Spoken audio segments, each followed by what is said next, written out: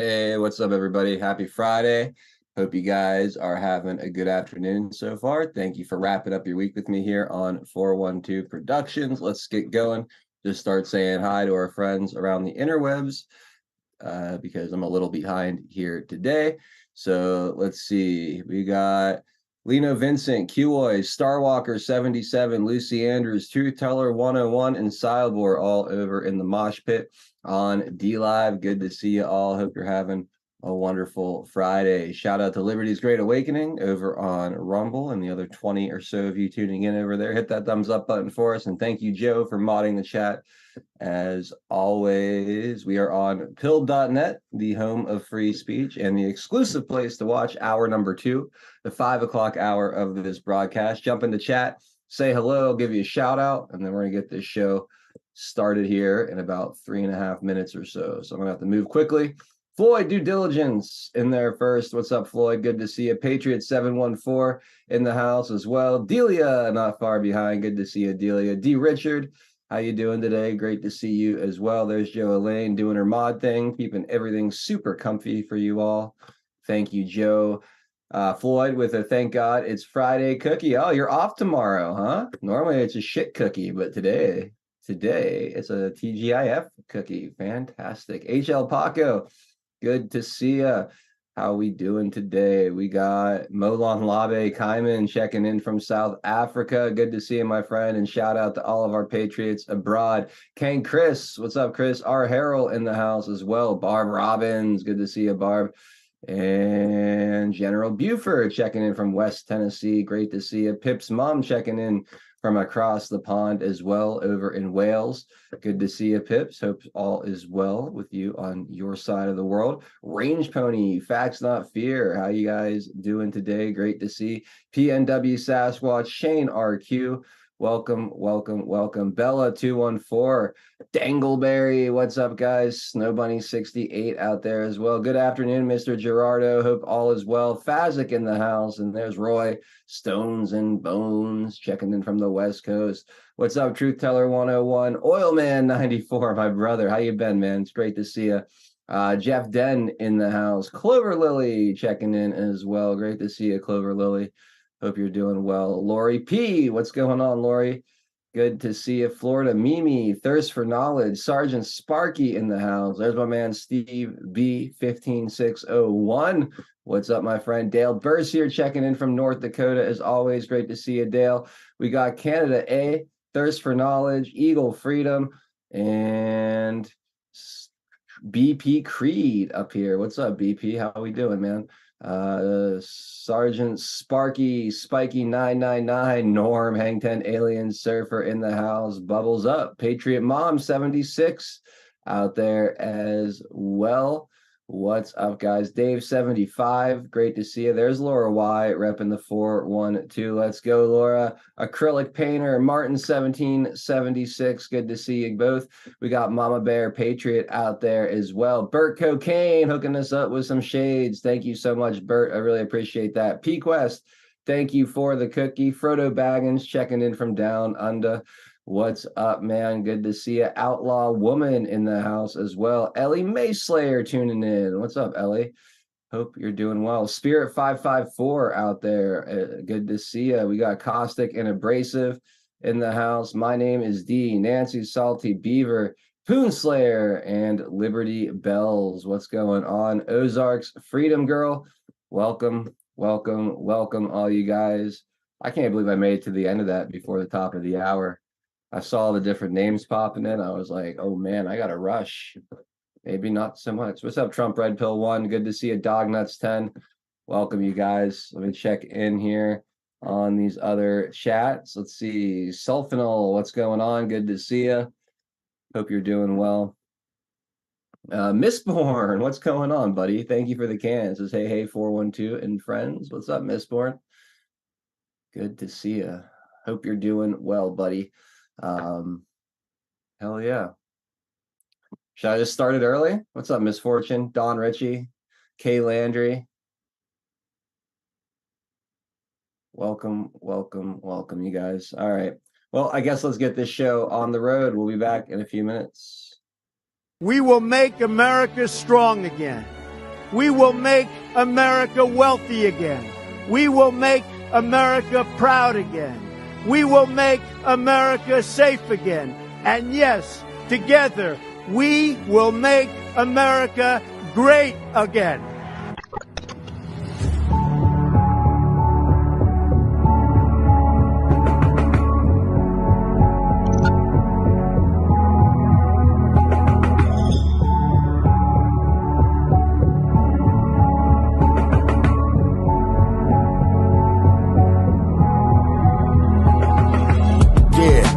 Y'all for tuning in, Patriots United, doing what we gotta do to win. Be addicted to MS7, now we're moving in. And once we take over, we won't ever move again. Where we go on, we go all. I say it with pride. No, we won't run, we won't fall. We're right by your side. The demons have taken hold, but none of us will abide. Stand strong and stand bold, that's how we'll survive.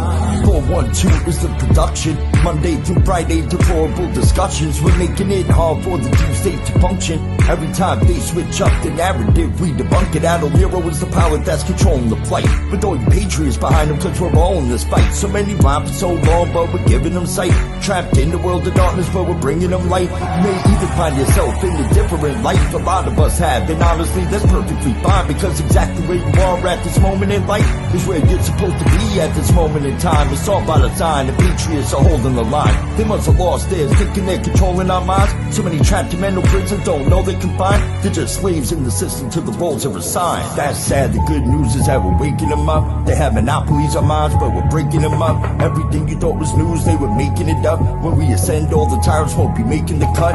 Let them all burn in the hellscape they create. We the people already mapped out our escape. We hold each other by the hand as we all elevate and go to a different place. They can never get chased. When I look into the future, I can see that it's bright. When this history is written, they will see that we're right. We formed our own community and the circle is tight, but I expand the circle with every word that I write. The pen is sharper than the sword when you wield it with might. Why do you think they try to kick us off all the sights? These people hate America, punish us out of spite. We are the beacons of hope in the darkness of night. So let's go, strap in, yeah, get ready for the ride. Watch the water, we're witnessing the turning of the tide. Feel the passion and the fire that you got burning inside. Take the narrative they're feeding you and turn it to the side. We're alerted to the lies, replacing with the truth. We know the plan they devised, they're invading the youth. Now we're only and advised to start lacing our boots. These demons all weaponized. Now we're raising our troops. Now we're raising the roof and sounding the alarm. Remember that it's always darkest before the dawn. Life is a game of chess. They want to use you as a pawn. You're only useful until you're not useful, then you're gone. But not us, we're on the right team where we belong. Everybody is invited, so come follow along. We refuse to say things are right knowing they're wrong. Adult Nero, take the mic and take flight, cause it's on. And now, straight from the Steel City, it's your host, 412 Adult Nero.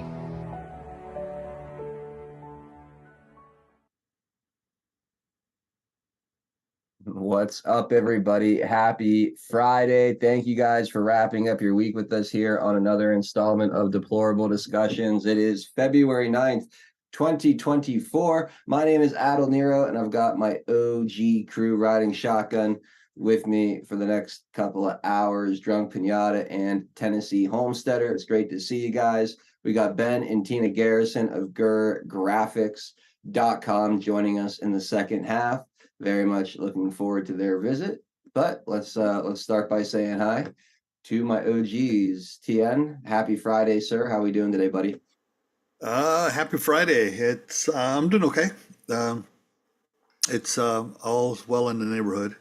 It's rainy, kind of nasty outside, but it's okay. I mean, not killer nasty, just one of those.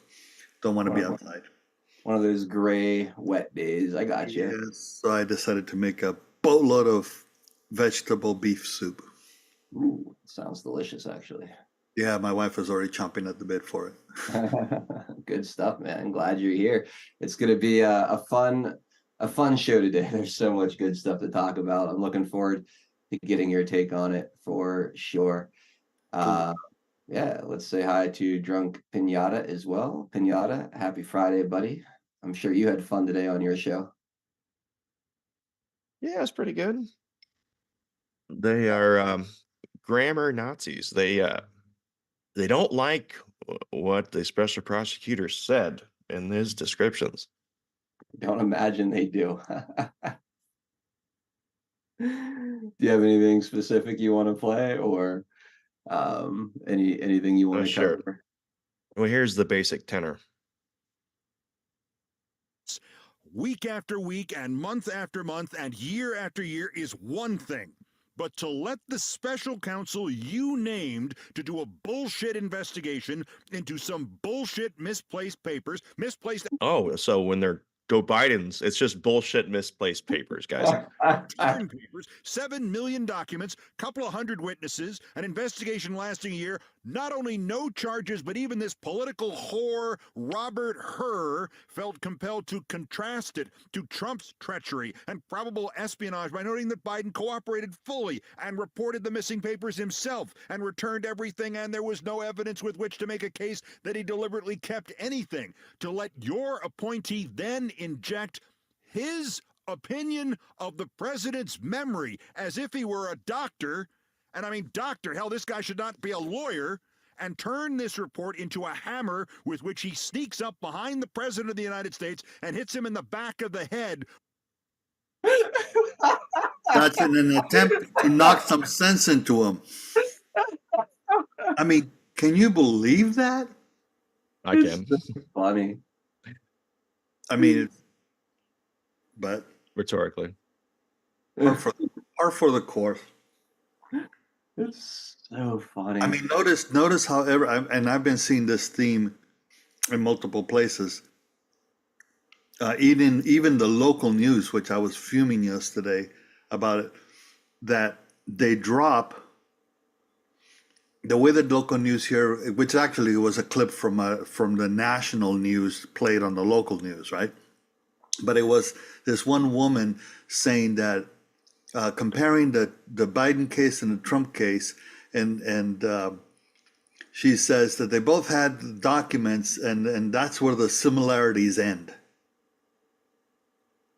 True. Yeah, I mean, it's not false. No, but what she went into was that Trump was all illegal, even though Right. never once mentioning that Biden had no legality to any of the documents. Period. I don't care if he turned them over. I don't care if he called the National Enquirer and said, "Hey, come on down." It doesn't matter. He had them for years, even as a senator, and the photos of where they were kept are damning. It's just hilarious too at the end Hilarious. that they sorry, I lost my train of thought. The trying to compare the two. And then they say, well, he has a faulty memory. Well, he didn't have a faulty memory when he took them. Yeah. Yeah, this whole situation's hilarious, and we're gonna spend a bunch of time on it today. So why don't I go ahead and just get the sponsors? Well, let me do one more quick thing for you, Okay. and then we'll move on.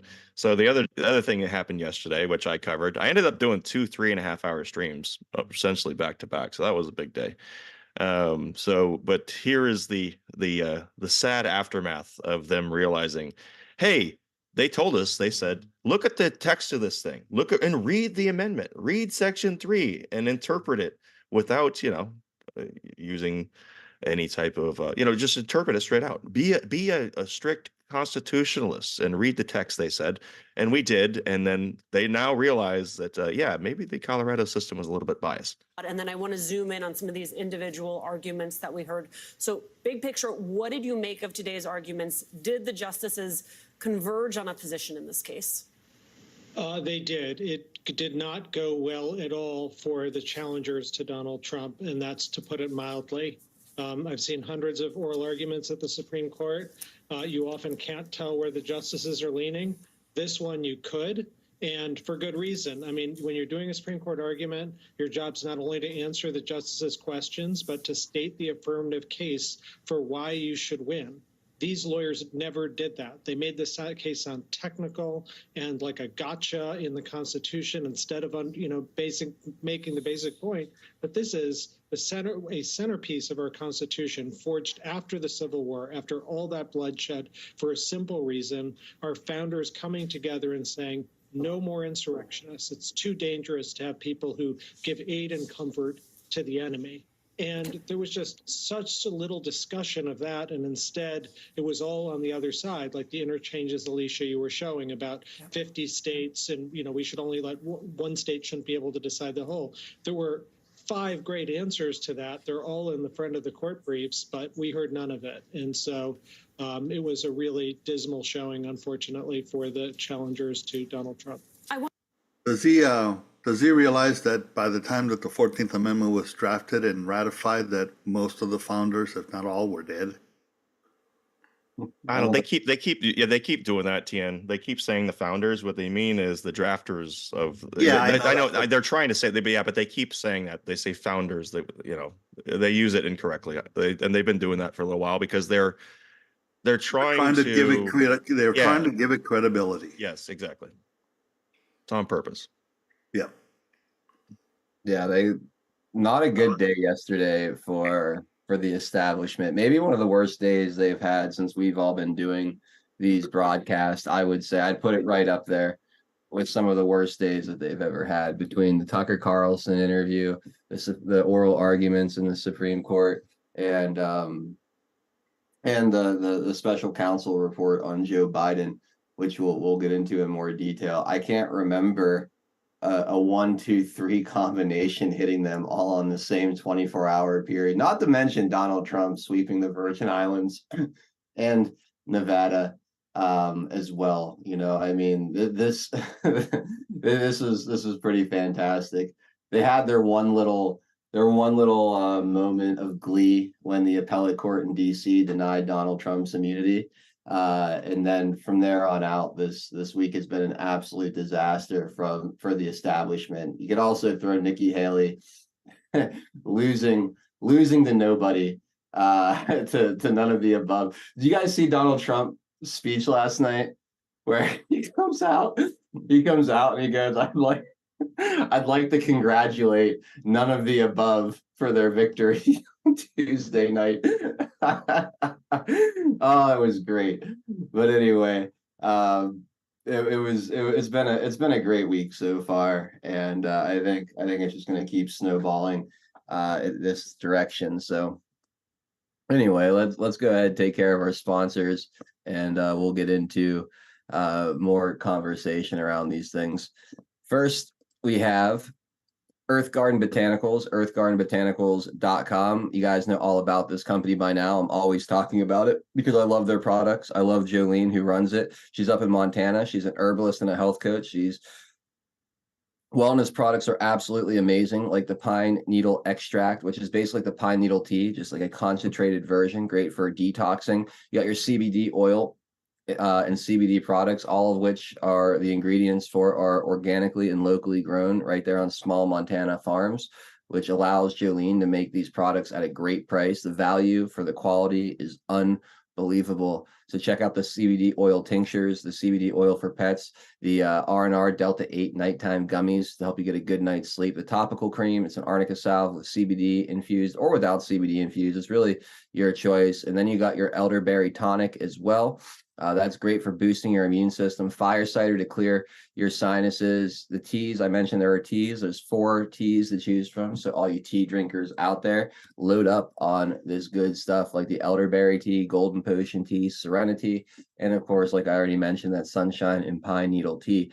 And then you've got your critter juice to keep the mosquitoes away. This stuff is absolutely phenomenal. It's the best working insect repellent I've ever used, and I love it because, like I said, it's all natural. It doesn't leave you smelling gross or feeling oily and sticky like some of the other brands do. You don't feel you're spraying yourself down with poison, which I love. So go check it out, earthgardenbotanicals.com. We got a promo code there, super simple, 412 at checkout. Get you promo code 412 at checkout, gets you 10% off your order. So go take advantage of all these amazing products over at earthgardenbotanicals.com and say hello to Jolene for us. She absolutely loves this show, this community, this platform. She's been a wonderful partner. Another amazing sponsor that we have is our friends at Diamond Soap Co., who might be the most America First company I've ever come across. Veteran and family owned and operated. Harold and Laura have been, or our Air Force Intel vets have been married over 30 years. They make all their soaps and body butters handmade here in the United States. All the ingredients are organic and all natural. So it's handcrafted, made in USA products, small business. I mean, what more do you want? And it's all amazing. Like the the bonfire and the Kentucky bourbon soaps are my favorite. They smell phenomenal, but they all smell phenomenal. The Island Escape is like a pina colada on the beach. The green tea cucumber is bright and refreshing and energizing. I love that one. The sweet almond and cedar amber are very good as well. Frankincense and myrrh, inspired by our friend Lance Lightspear out in the chat. And then we got plumeria and frankincense plumeria. Sponsored or not sponsored, inspired by Tian Homesteader right here on the panel. So they listen to you guys, they take ideas from you guys, and they turn them into incredible products. These make great gifts. They got gift baskets that you could customize. So if you want to order a gift basket, you want to mix up you guys want to mix up the different flavors and scents that you got in there. Just drop them a note with your order. They'll get you whatever you want. They got t-shirts, men and women's t-shirts and hoodies if you want to rep the brand. Just go load up a cart, guys, and support this America First business. Support that parallel economy. They're, like I said, America First. It's way better than buying soap or lotion from, let's just say, a Procter and Gamble or a Johnson and Johnson, right? Way better than going to your Walmart or your Rite Aid or anywhere like that to buy this stuff. So diamondsoapco.com and 17% off using promo code 412. 17% off, a massive discount. So go check it out. diamondsoapco.com, big time sponsor of the show. Same with Earth Garden Botanicals. We absolutely love them, and we really appreciate you guys continuing to support and show them all that love as well. So there you go. Those are the sponsors today. Make sure you hit that red pill button and repost the show if you haven't done so already. Share the link wherever you're watching. Hit that thumbs up if you're not on Pilled. We really appreciate you all doing that. And there we go. Mr. Gerardo says, I have an idea for a soap. All right. I'd love to hear what that is. We'll pass it along. Let's start with the special counsel report. I got a little article here to kind of set the scene, but this to me was amazing, absolutely amazing. So the special counsel report says Joe Biden couldn't remember when he was VP. When did I stop being vice president? Couldn't remember when his son Beau died. So yesterday, Washington Post reporter Matt Visor reported that the special counsel assigned to the case of Joe Biden's mishandling of classified documents after he left the White House has determined. Well, he can't remember when Beau dies because he brings up a different time, all the time. So he can't keep track of the lie. Yeah, I know it's and how he died and all of it's constantly being rewritten and used different ways depending on what's politically expedient for him in the moment. But he carelessly handled classified materials found at his home and former office and shared government secrets with his ghostwriter. Prosecutors will not pursue criminal charges against the dirtiest president in U.S. history. On Twitter, Visor wrote, Joe Biden carelessly handled classified materials found at his home and former office and shared government secrets with his ghostwriter, but prosecutors decided no chargeable crime was committed. In other words, America's new unjust system of so-called justice. Prosecutors have decided that no chargeable crime was committed. The Washington Post reporter also tweeted about what was behind the decision to pretend that its discovery of classified documents never happened in Joe's garage. Apparently, the diminished mental capacity of the most powerful man in the world was a huge factor. Here it is. A report said a jury would find Biden a well-meaning elderly man with poor memory. It'd be difficult to convince a jury that they should convict him, by then a former president well into his 80s, of a serious felony that requires a mental state of willfulness. I mean, this is absolutely this is a merge between Clinton. No prosecutor would bring this case. Remember that with Clinton, Yep. Their email servers.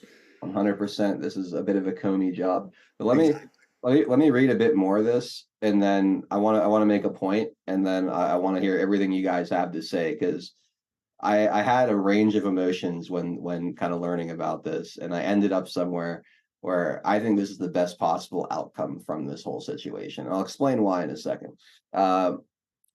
Is that Michael McAdams of Spotlight Media Group shared a screenshot from the stunning report. In his interview with our office, Mr. Biden's memory was worse. He did not remember when he was vice president, forgetting on the first day of the interview when his term concluded. If it was 2013, when did I stop being vice president? And forgetting on the second day of the interview when his term began. In 2009, am I still vice president? He did not remember. Even within several years, when his son Beau died and his memory appeared hazy when describing the Afghanistan debate that was once so important to him. Among other things, he mistakenly said that he had a real difference of opinion with General Carl Eckenberry, when in fact Eckenberry was an ally who Mr. Biden cited approvingly in his Thanksgiving memo to Barack Obama. So they come out. This special counsel report comes out and says he broke the law.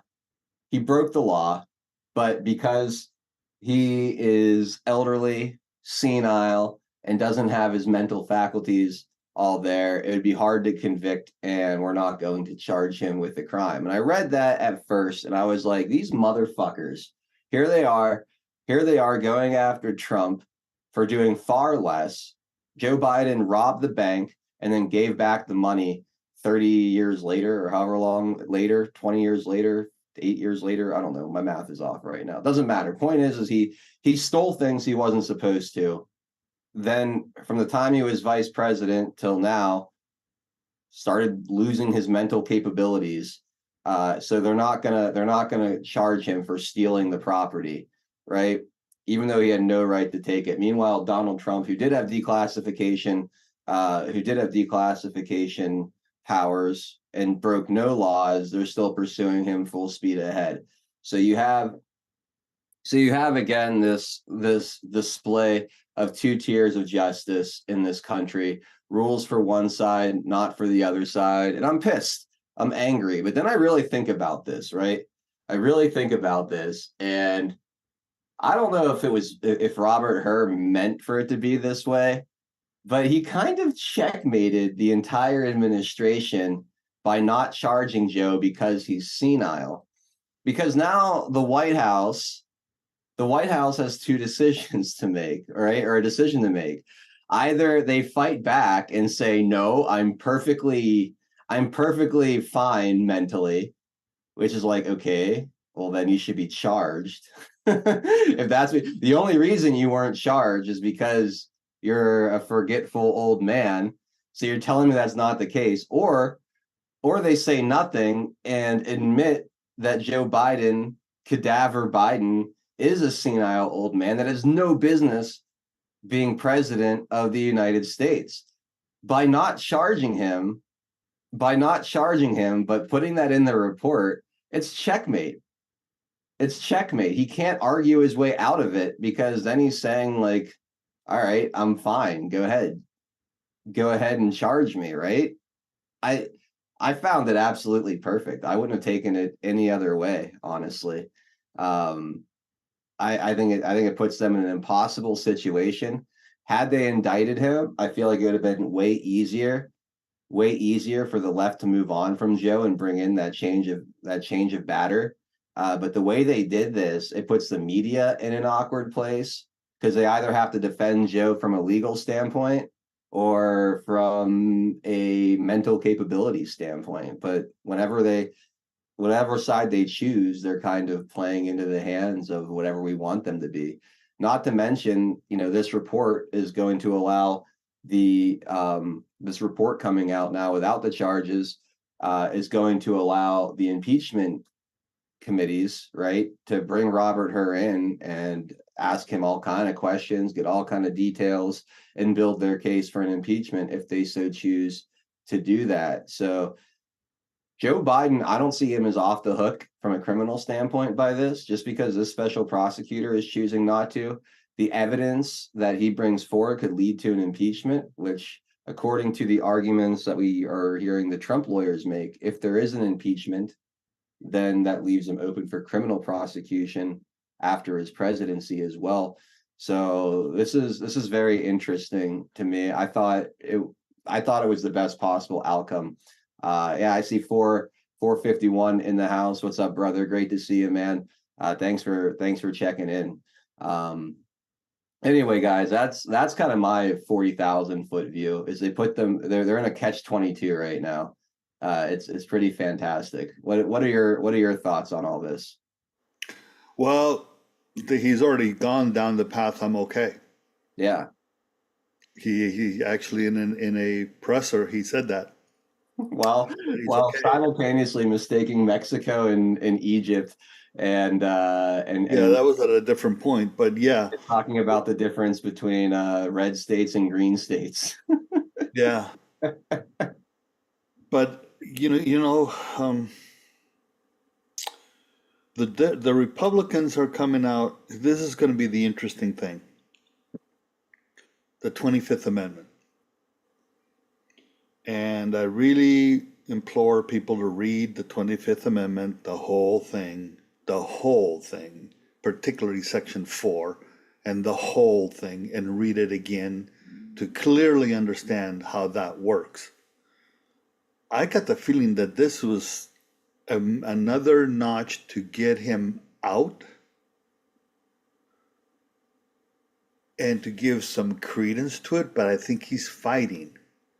So today I asked a couple of questions.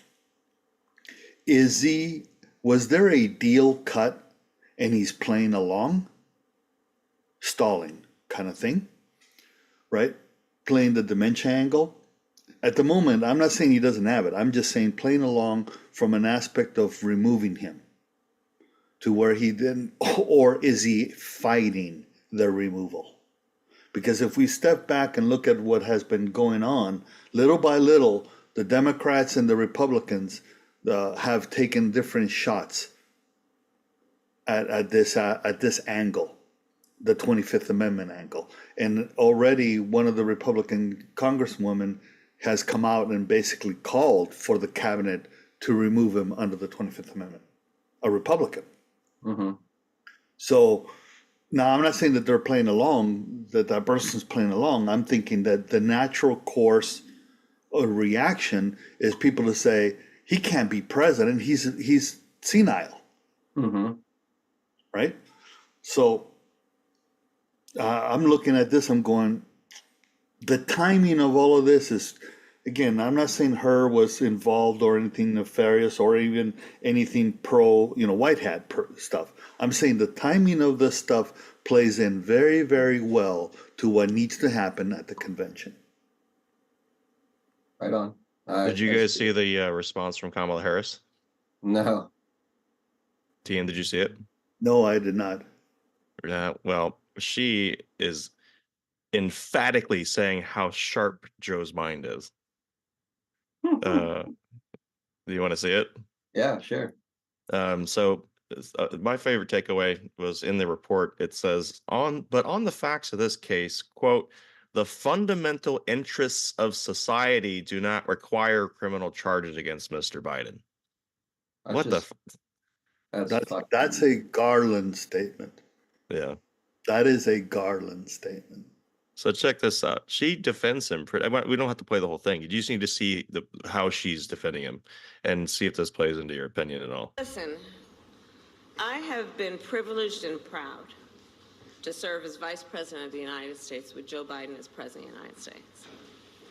And what I saw of that report last night, I believe is, as a former prosecutor, the comments that were made by that prosecutor, gratuitous, inaccurate, and inappropriate. October 7th, Israel experienced a horrific attack, and I will tell you, we got the calls, the president and myself, in the hours after that occurred.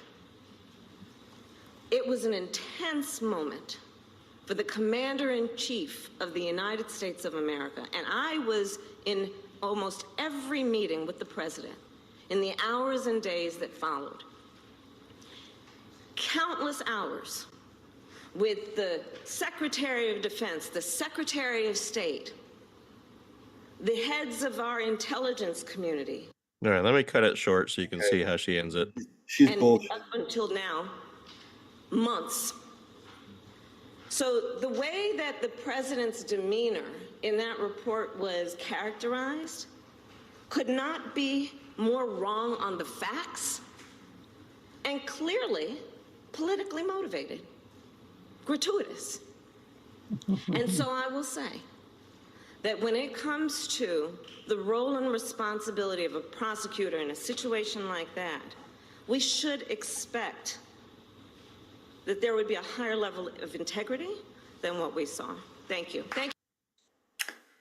So that was a lot of horse pucky stuff because she never once mentioned how he was doing in those meetings. All she talked about was there was all these meetings and all these people, and I am so proud to. Well, I jumped ahead, so she did kind of say like it was because of all this. I've seen him in action, and then she says, "Well, this is not what I've seen." So she's playing along that he's totally fine. Yeah, but she's at the same time throwing the DOJ under the bus, right? As a former prosecutor, did you prosecute this case? No. Did you investigate? No. Did you actually were you in the room when he was being questioned? No. All I could tell you is that we're sitting here in front when he's at the podium, he screws up left and right constantly. So whatever she saw, I don't have the faintest idea what she saw or even if it's actually true what she saw. And I hate to say this because I don't know either, but it's an aspect of her claims sound incredulous to what we see. Forget what the guy put down on paper. I think she's the reason Joe Biden doesn't go anywhere. I think that because she's like the next person up and she's so unlikable, so incompetent. And if there was one person worse than Joe Biden as the face of your party, it's Kamala Harris. It's probably an unpopular or not much agreed with opinion. I think they're stuck with Joe Biden. I legitimately think that they've been maneuvered into a place where they're stuck with Joe Biden. I don't even think they could.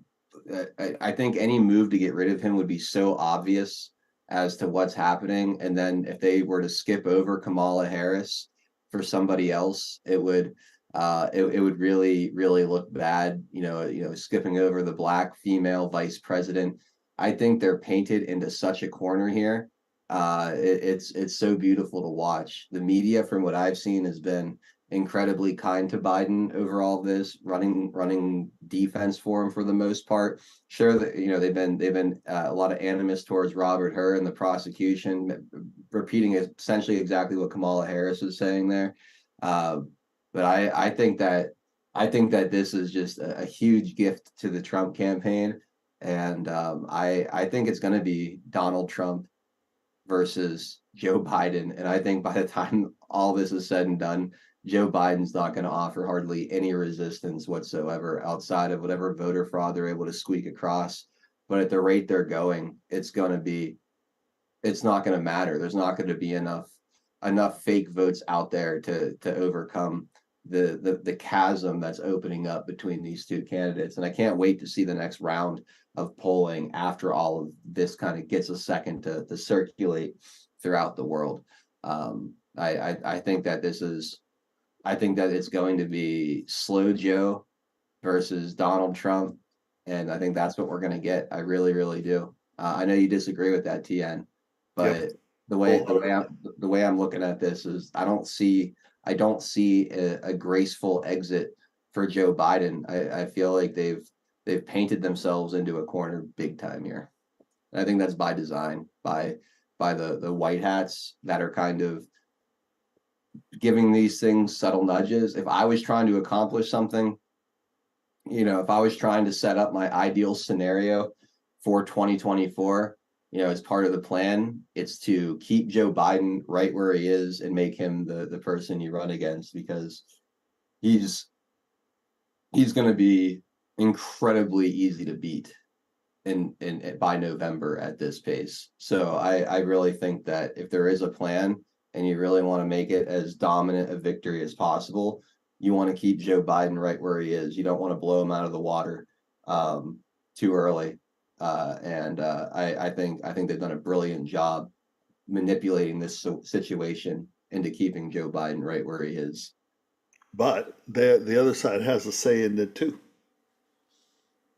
And their need is to retain power and control, not necessarily leadership, just power and control.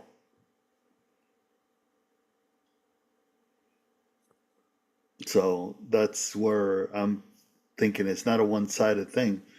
But as with everything else, we will see. There's not that much time we have to worry about because it's, August of this year is the DNC. Yeah. At that point, we'll know for sure, which is very interesting. Did you know that the third, and I mentioned this, did you know that the third day of the DNC is August 21st? That's when the vice president accepts the nomination, typically. And then the fourth day is when the president accepts the nomination. Yeah, I didn't know that. Okay. August 21st is the anniversary of Hawaii becoming a state.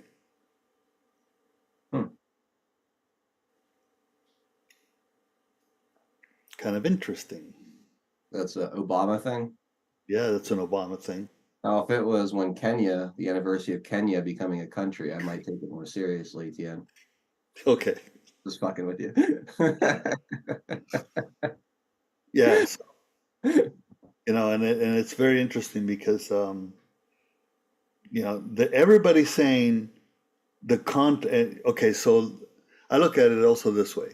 Whenever you have a politician, just like we're going to segue into the Tucker interview, but whenever you have them all coming out with the same narrative, it's the counter.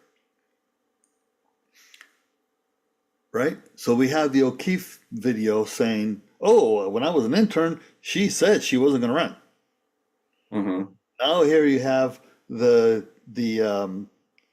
special counsel coming out and basically saying that he's feeble and old, but we can't charge him for that, but he's okay to be president. They didn't say okay to be president, but that's what they're pushing. The other guys, right? Like Camel Toe and everything else, and Overman in particular as well. So I'm looking at this from a perspective, when they push that hard to the contrary, it is what it is, because they constantly project. I hear what you're saying.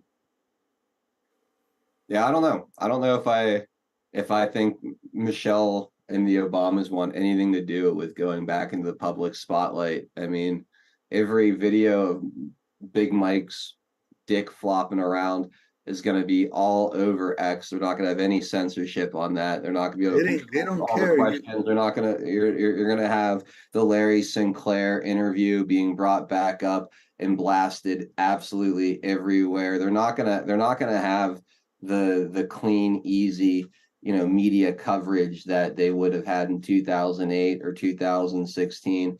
I wouldn't. This is. I think that also, the whole thing with the guy who died, the chef that died. I think more question in their lake or whatever. Martha's Vineyard. I think a lot of questions are going to start coming up about that. I think the last thing the Obamas want is to be in the spotlight in the way that a presidential campaign, especially one against Donald Trump, is going to do to them. I think they'd be walking into a buzzsaw if they. But it's not what they want. It's what their overlords want. It's the people they are beholden to want. And listen, we had years of Jacinda in Australia, and granted it's Australia, not the U.S., but nobody cared when her junk is flapping around in the hallways. Clearly visible. So, obviously, we've had this discussion before, and like I said, we'll have to wait and see. But I don't think that the Obamas have much of a choice here. because it's an aspect of power and control. If they lose power, if they cannot control Trump when he comes into office, they're done for, and they know it. They're going to pull all the stops on that. And what Big Mike wants and what Hussein wants becomes kind of irrelevant at that point. And I don't think it's for, again, and I'll say this again, it's not for the win.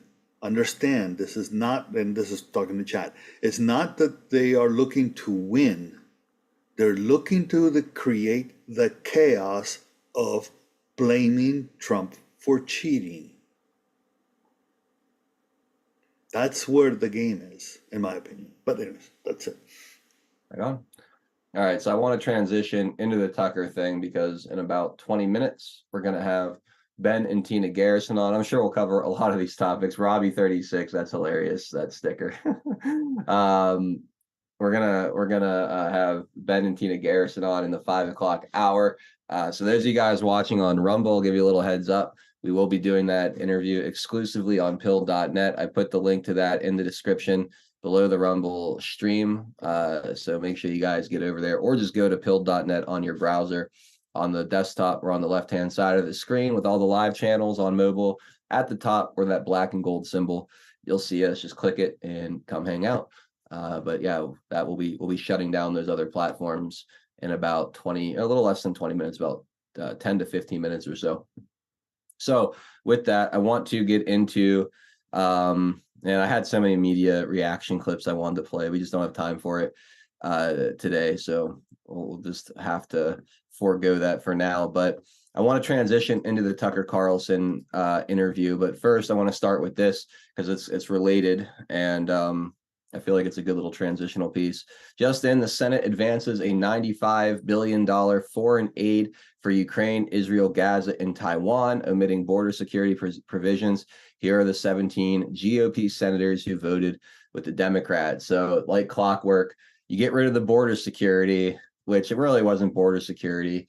And then a lot of these, and good, I'm glad they did, because that was the worst part of the bill and the most dangerous part of the bill. But then you have your military industrial complex owned Republicans raising their hand and showing exactly who they are.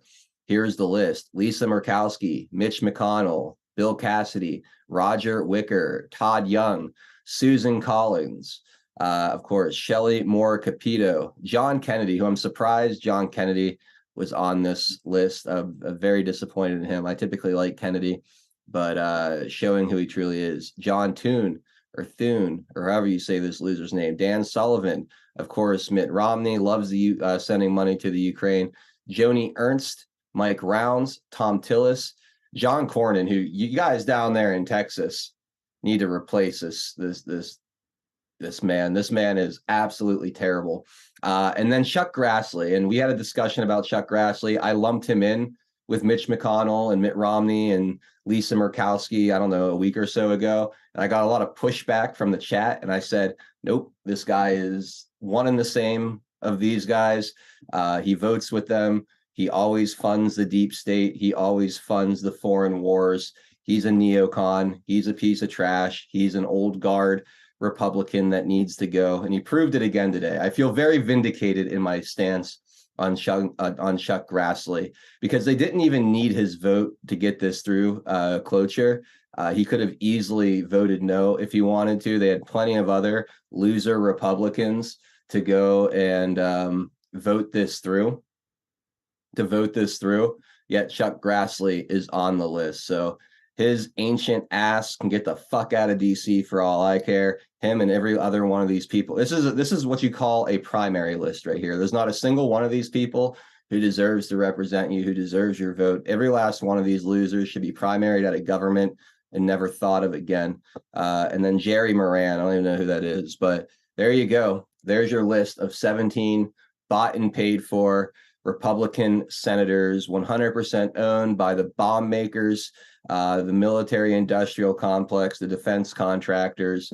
These are the people that want to subsidize the death of tens and tens, if not hundreds of thousands of people. Pure evil, every last one of them, every last one of them. So there you go. Act accordingly, I guess. Not violence or anything like that, but with your phone calls, your votes, your posts, your memes, go into attack mode on these people. They deserve it. Selling you out, and again, just sponsoring massive amounts of killing and death with your money, putting that on your back, putting that blood on your hands, essentially. They are absolutely ridiculous. But anyway, there you go. That's a Senate. Now I bring that up to lead into the Tucker Carlson interview with Vladimir Putin. I watched the full 2 hours and 7 minutes or so, however long it was, yesterday. I thought it was very interesting conversation. We got a nice history lesson out of it, a better understanding of Ukraine and how it came to be.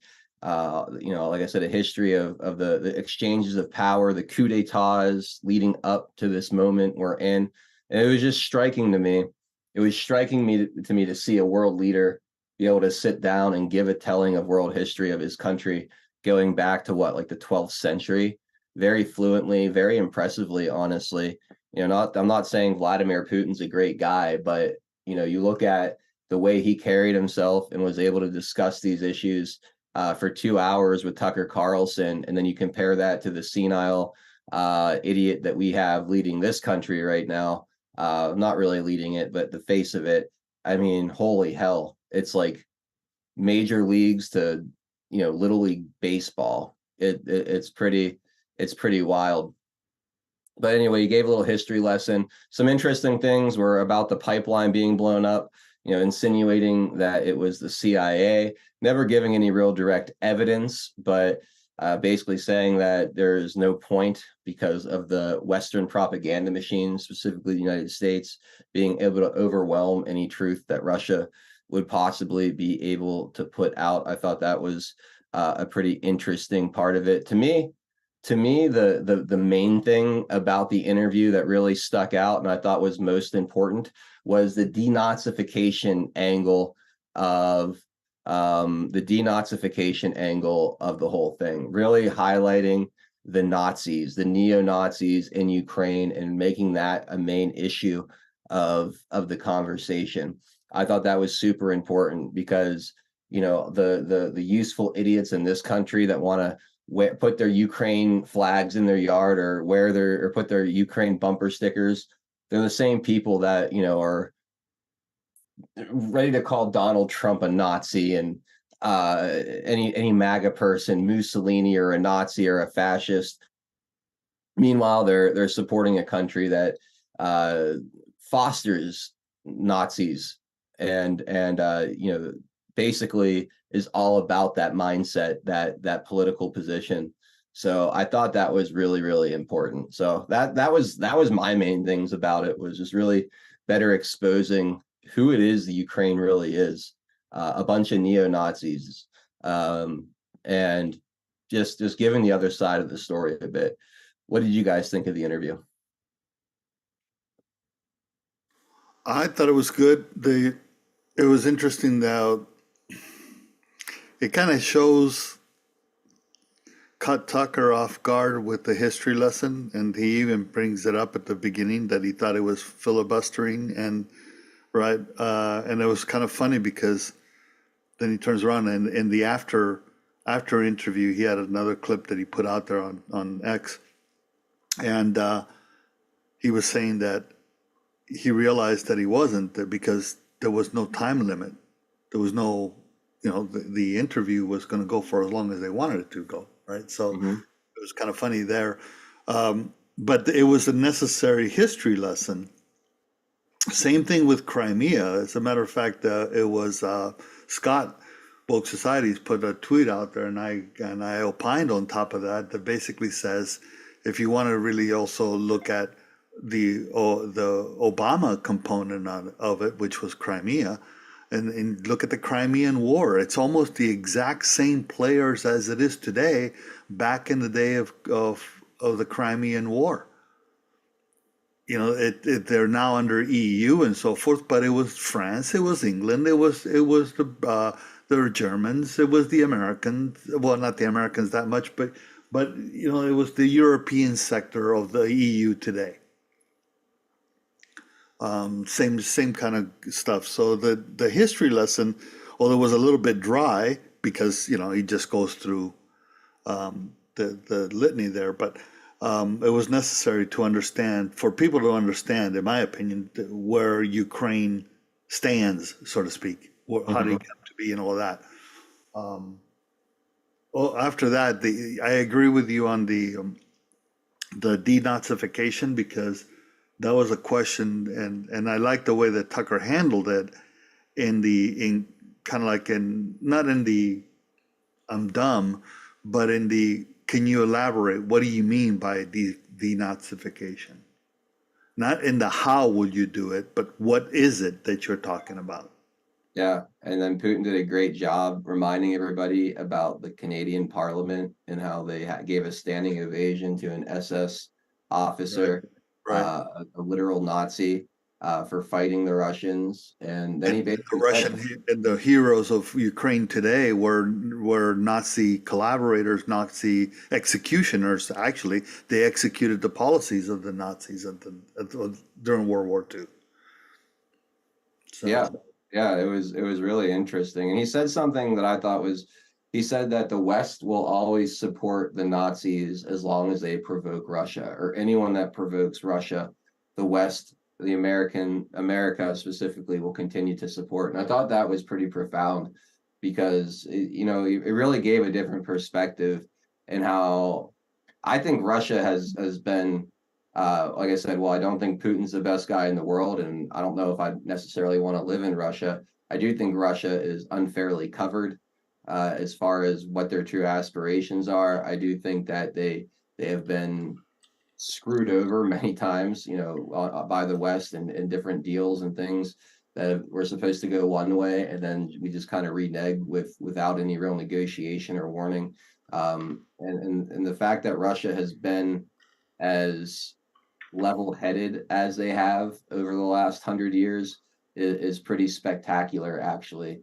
If Putin, allowed ego-driven decisions and how he handled his foreign policy, we'd probably already be in some kind of crazy World War III situation right now. It's really the only thing keeping us out of that is Putin's ability to not act emotionally or be ego-driven, and be extremely pragmatic in the way he approaches his foreign policy and his relationships with other countries. I mean, that's what I got from it, honestly. I don't know if you guys got the same vibe. Granted, it is Putin speaking, so he's going to make himself and Russia look as good as possible in this conversation. But a lot of what he said, I thought kind of resonated. And I agreed with a lot of what he said. Not all of what he said, but definitely a lot of what he said. Yes, I know Putin is a murderer, and I'm not, like I said, I'm not saying he's a great guy. I'm just saying that if you ask me if I'd rather have like a Joe Biden running my country or a Vladimir Putin, I'd take Putin every day of the week over a Joe Biden. That's kind of what I'm saying. But anyway, any other thoughts on the interview with Putin? the only other piece that I would add, and it's not the interview, you really want to know what the value of the interview? Watch everybody else. The Chancellor of Germany in the White House was berating the interview.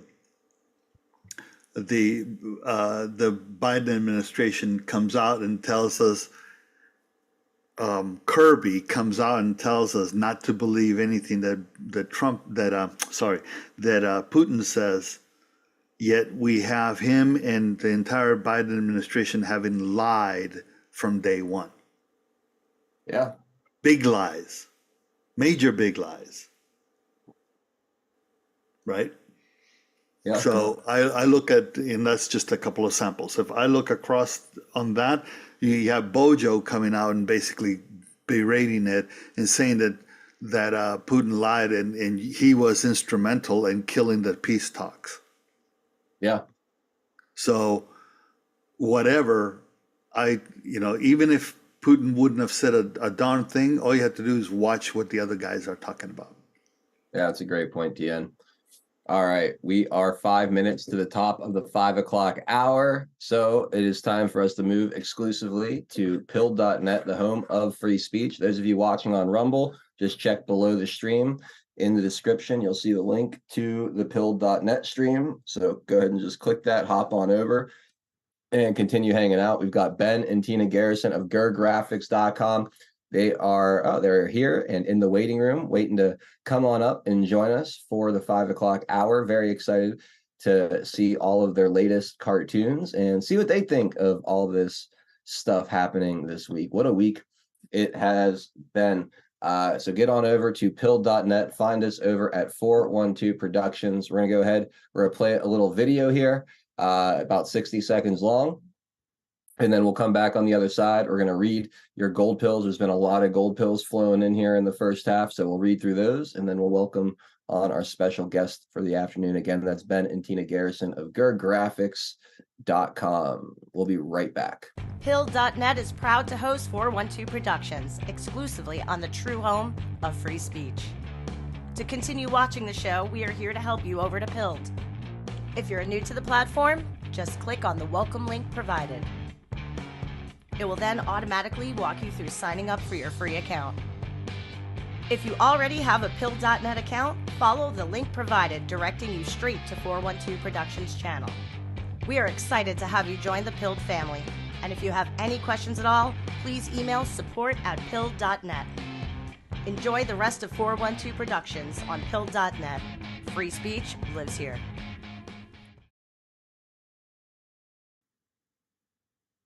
All right, thank you guys for sticking with us. Last call for all of you guys watching on Rumble, DLive, CloudHub, Odyssey, Twitter. Please jump on over to Pilled.net. Find us over there, 412 Productions on the desktop. We'll be on the left-hand side of your screen. You'll see all the live channels there. We'll be amongst them. Those of you that are going to go on mobile, just look at the top of the screen.